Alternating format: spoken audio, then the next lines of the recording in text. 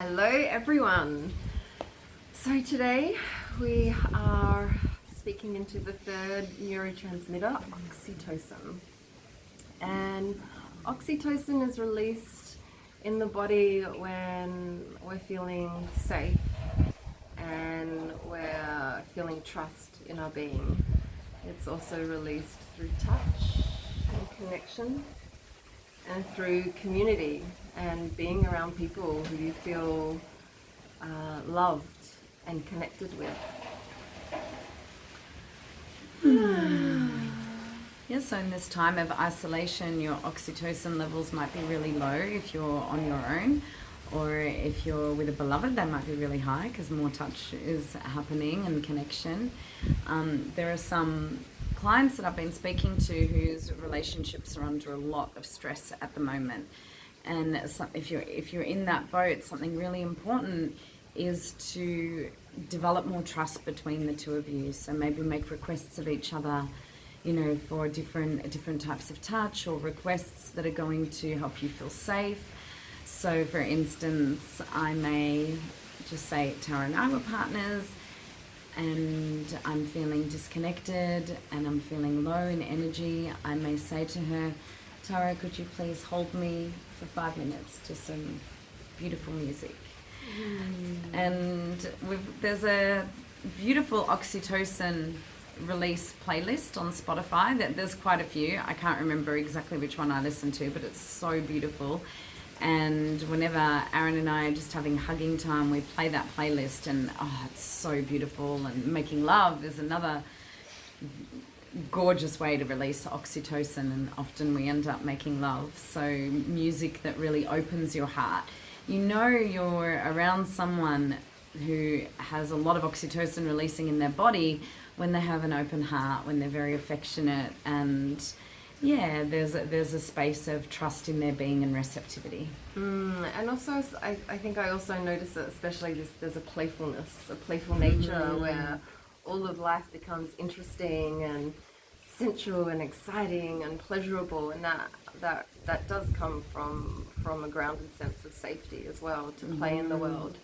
And I loved what you said about asking for what you're needing to feel more safety and to get that touch, because what I see in relationship a lot, and I've experienced in my own relationship, is that we assume that the other person knows exactly what we're needing, and we're two completely different individuals with sometimes different love languages. And I think we can become expecting that the other person knows exactly what we need, which is an unfair expectation to have. So, and it's that place of vulnerability as well. Like when I communicate to Antosh from, well, I need this because I'm not getting it. Very, very different from when I drop into my heart and I can communicate authentically about what it is that I'm needing. And if you're with a beautiful partner, then they love you and they're going to want to meet your needs. Yeah, and with that, it's like often the focus is on what someone's doing wrong, rather than really dropping in and feeling, okay, what do I need? And sometimes in discovering that or revealing that to yourself and to someone else, it's good to ask your little girl or your little boy and just be like, what are you needing? And for me, if I drop out of the mind and into the heart and into the body and connect with her, she pretty much always wants a cuddle. And maybe she'll have a little cry and I don't even know what she's crying about. Like yesterday, I was crying in Aaron's arms for about 20 minutes. I'm missing my kids, but I didn't know what I wanted. Then I dropped in and felt that, and I was kind of agitated with him. I didn't know why, and dropped into my body. I'm like, can you just hold me? And the reason I was agitated was because he didn't know what I needed. We have that assumption, expectation. He was busy with something. But, I could have gone, oh, you're always busy, or, oh, you're doing this, or, oh, you're doing that. When really, he was being no different to usual, but because there was a sensitivity in my heart, then I was projecting that. So dropping in and trusting that your partner loves you is a really beautiful space to go and develop deeper trust. So it's like trust, receive, repeat. If you're in isolation at the moment and your oxytocin levels are really low, then drop in, you know, trust your little girl, trust your body, trust your heart, then trust someone if you're with someone and make a request. Or if you're not with anyone and you're all on your own, ask yourself for that request. And if you need holding, hold yourself. Or if you're needing touch, touch yourself. So self-pleasure is a beautiful way to release oxytocin. Breast massage is a beautiful way to release oxytocin. You know, lots of touch around the heart and around the breasts. And yeah, I guess, you know, the opposite to where a lot of people are is being around tribe. So, you know, today we're going to go to the river with some friends. And, you know, whenever we do that, we kind of have a Sunday ritual of going out in nature somewhere with tribe, and wow, you know, the joy levels just, because so much oxytocin is being released. So, yeah, and feel into that. Yeah, and with the isolation piece at the moment, it's so important to stay connected to your community. So, you know, what tends to happen when sometimes we're just self-isolating because we're not in a good mood as well, and that's the space where instead of reaching out to a friend and going, hey, I need help, we just keep it all to ourselves and try and deal with it all to ourselves. So reach out to your community, reach out to your friends, form connections. You know, there's these beautiful Facebook groups that people are connecting with their community so they can all stay in contact and post inspiring practices and affirmations. So you can create community in different ways as well. Physically, it's not possible. And on that, sometimes people are wanting to release oxytocin by reaching out through technology, and actually oxytocin doesn't release unless there's an embodied opening happening in the heart. So if you are communicating on the phone, or, you know, via WhatsApp, or any way you're communicating not in person, make sure that you're dropping into the heart.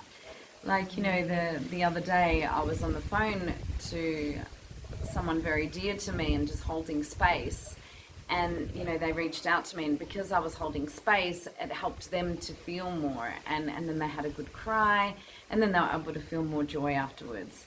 So it's much more difficult to release oxytocin when you're not in someone's physical presence, but you can do it if there's a willingness to really drop into the body. So right now, I'm going to help you all release some oxytocin in a very easy way. So place one hand on your heart, bring some touch to your heart, you know, bring some touch to your breasts if you're a woman. Breathe, yourself a little massage. And now take your mind to something that brought you so much joy. So for me, if I think about birthing my children and holding them in my arms for the first time, I can feel the rush now, like oxytocin starts to release. When I feel into magical moments with Aaron, with tribe. So where does your mind go when you ask your imagination to venture into those spaces, those moments of incredible joy as you touch your heart?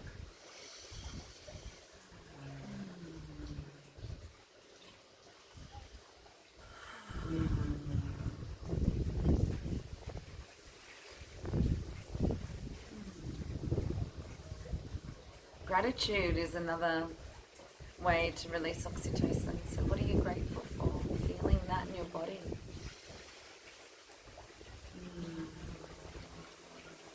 And as it's really important to see what you're grateful for. Bring memory, like those memories where you felt a lot of joy are going to help you to release those happy chemicals.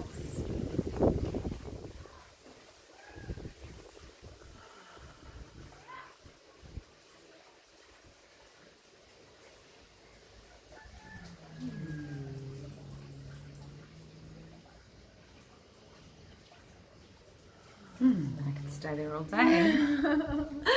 And remember the Start Your Day as You Mean to Go video early on. If you haven't watched that, definitely worth watching. This is a beautiful practice where you can release oxytocin as you wake up, touching yourself, giving gratitude for all the things in your life that you're grateful for, and coming into your body and coming into your heart. Have a beautiful day. Get out in nature. Have some touch with someone. Ask for something if you're with someone that you can trust, and trust, receive, repeat. See you all tomorrow.